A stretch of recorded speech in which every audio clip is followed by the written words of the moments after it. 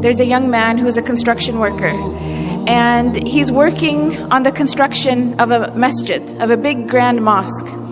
And at the completion of the construction of this masjid, the sultan who ordered the construction of the masjid, he wanted all of the construction workers to leave. And the reason is because his daughter had asked him, this is the princess, the sultan's daughter, she made a special request that after the construction of this big, beautiful, grand masjid is finished, she wanted to be the first one to go into that masjid and pray 2 rak'ahs in the musalla with no one else there. So this was the request of the princess. So as the masjid is finished, the construction workers leave. And this one construction worker, he was falling behind. He was late. And he didn't realize that everyone else had already left. And they had allowed the princess into the masjid to go pray. So as he's leaving, he catches a glimpse of the princess inside the musalla of the masjid praying 2 rak'ahs of nafl. And the scene was just so incredible to him. It was such an amazing scene. And he basically just fell in love with the princess. It was just a very beautiful image to him, and he fell in love with her. And it became more than that. He became infatuated with her. So when he came home, he told his mother about what had happened, and he said, "You have to go to the sultan and ask for the princess's hand in marriage." And the mother said, "I can't do that. You're a construction worker. No one's the sultan's not going to have his daughter marry you." But this construction worker became infatuated. He couldn't work, he couldn't think, he couldn't eat, he couldn't sleep. He was just in a miserable state. And the mother, out of fearing for her son and his well-being, she realized that if she doesn't do something, he may die because he's refusing food and water at this point. So she goes to the palace and she asks to speak to the sultan, and the guards, they turn her away. And she insists and she says, "My son is going to die. I have to talk to the sultan." So finally, they let her talk to the sultan. And she mentions the story to the sultan, and the sultan asks that she come back with the construction worker. So they come back together, and he tells the construction worker, after everyone leaves the masjid at nighttime, after Isha prayer, you have to come and pray qiyam in this masjid for 40 nights. If you come and pray qiyam in this masjid for 40 nights straight, I will let you marry my daughter. And he said there will be someone there to make sure that you come.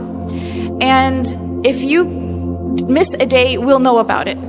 So in 40 days, if you fulfill your end of the bargain, I will let you consider my daughter for marriage. So the construction worker is excited. This is a chance at life. So he goes the first day and he prays qiyam in the masjid after everyone leaves. And he goes the second day and the third. And after a few weeks, he notices that he's getting better. He's eating again, he's drinking again. He cares about life again. And eventually he starts to really, really enjoy coming to the masjid and praying qiyam when everyone else has left. To such an extent that he starts to pray to Allah, that Allah never takes away these beautiful moments that he has with him, alone in solitude, praying to him in the night.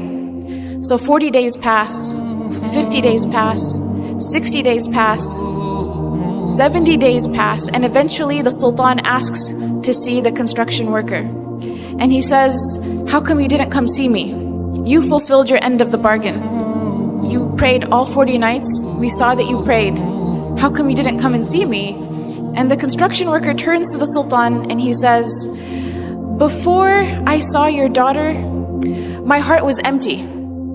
And the first thing of beauty that my heart was exposed to was your daughter.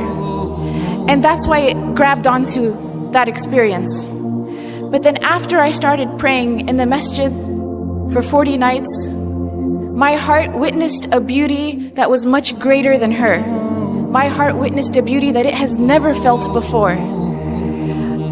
And he tells the sultan, he goes on to say, "Thank you so much for offering me your daughter to consider, but I am happy where I am and I am in no need of her." And he goes on his way. And he doesn't marry the princess because he had found a love and a beauty and a happiness that was much greater than just seeing the princess that one time.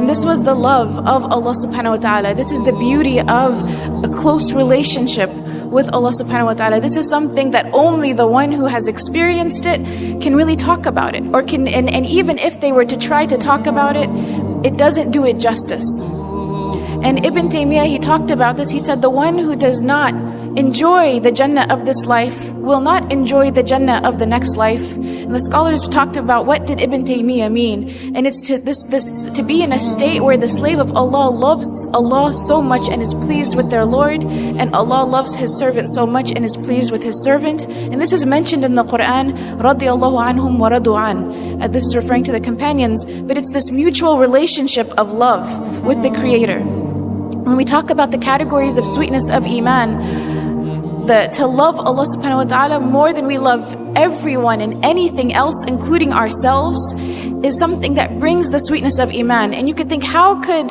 loving someone other than myself bring happiness? Only when it's Allah subhanahu wa ta'ala.